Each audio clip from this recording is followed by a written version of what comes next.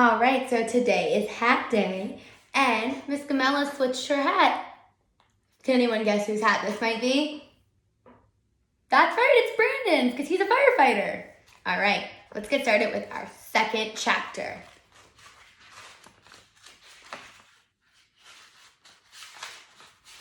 Okay, chapter 2, STEM. I go to elementary school. It was named after a rich lady named Elementary. So it has the perfect name, elementary school. Mrs. Mentry used to be a teacher at our school a long time ago when dinosaurs walked the earth. After she retired, she donated $1 million to the school. And Mrs. Mentry is really old now and walks with a cane. She still lives in the neighborhood, so if she forgets her name, she can just walk over to our school and see it on the sign. One time she came to visit and a food fight broke out in the cafeteria. That was weird. But last week, the weirdest thing in the history of the world happened. Our teacher, Mr. Cooper, came running into our classroom. Well, that's not the weird part. Mr. Cooper comes running in our classroom every day. The weird part was what happened next.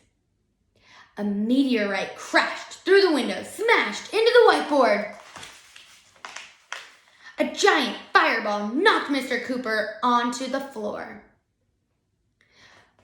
Okay, that didn't really happen, but I thought it would be more interesting than saying that Mr. Cooper tripped over his shoelaces.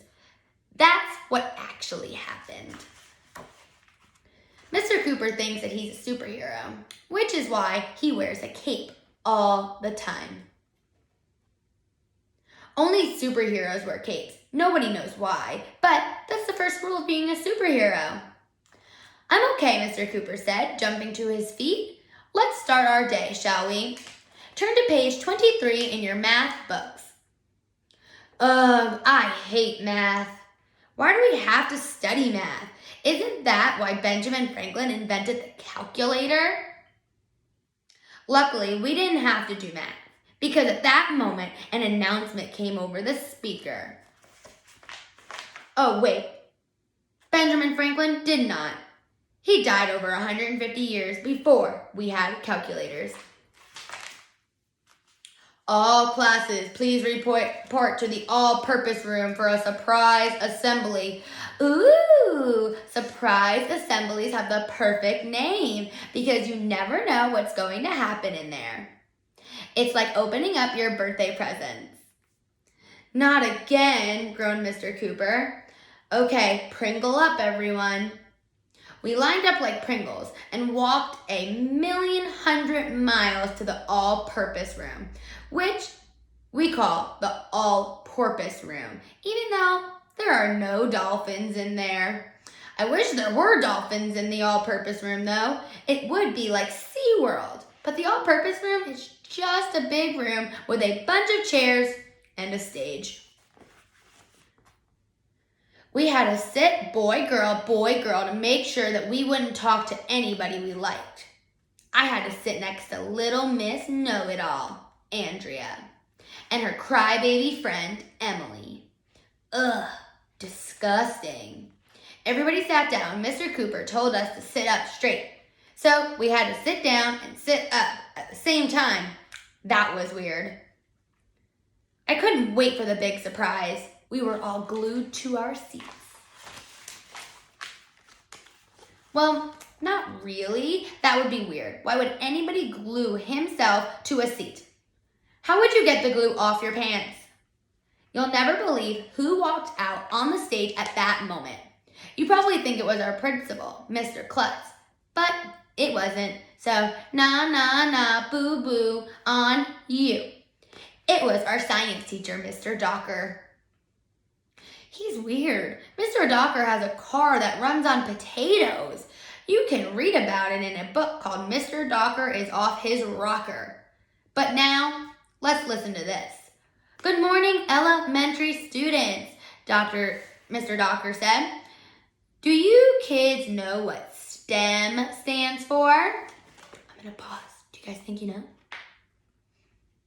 I know some of you do. Sweet tomato elbow macaroni, someone shouted. Sleeping turtles exist in Maryland? Smart telephones eliminate money? Stop trying to eat monsters? No, said Mr. Docker. STEM stands for science, technology, engineering, and math. Oh, I have good news and bad news for you, Mr. Docker told us. The bad news is that our school's STEM scores are way down from last year. So I got permission from Mr. Klutz to bring in my old college roommate to help us with STEM. The world famous scientist, Dr. Melvin Snow. Please give him a round of applause. Dr. Snow, come on out here. We all clapped our hands in a circle, which is what you're supposed to do anytime someone gets introduced. Nobody knows why. Dr. Snow came out from behind the stage. He had really frizzy hair and a weird look in his eyes. Snowman, said Mr. Docker as he hugged Dr. Snow. I guess that's like Dr. Snow's nickname or something. That snowman guy looks crazy, I whispered to Andrea. What makes you think that? She replied. What do you guys think?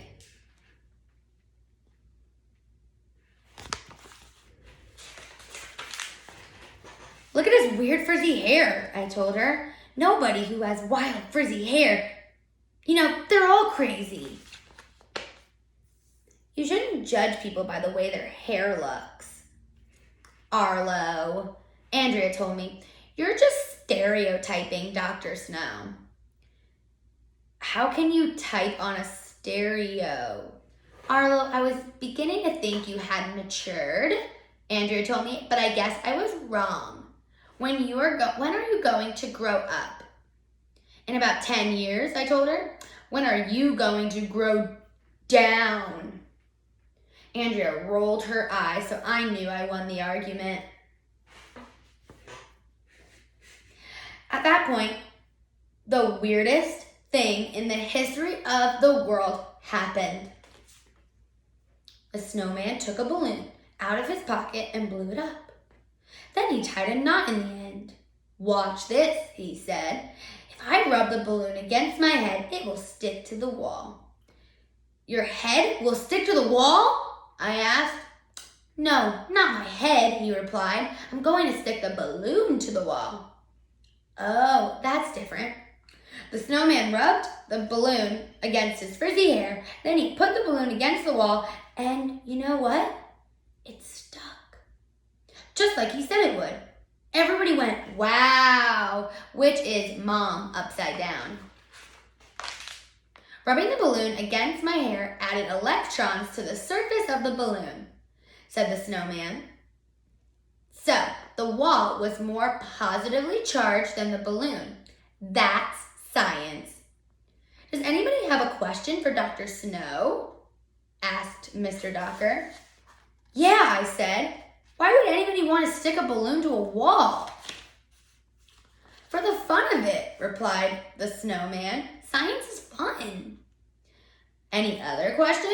Asked Mr. Docker. Andrea waved her hand in the air like she was washing a big window with a rag. So, of course, she got called on. You said you had good news and bad news, said Andrea, but you only told us the bad news. What's the good news? Oh, yes, I almost forgot, said Mr. Docker. The good news is that elementary school is going to have a fair. A fair? I love fairs. Yay! Everyone shouted. Fairs are cool. You get to play games and eat cotton candy and go on rides and win stuffed animals, and we're going to have a science fair, said the snowman. What? All right, next chapter, chapter 3 is called Brainstorming. Check back here on the Daily Read Aloud channel to see the next chapter. Bye!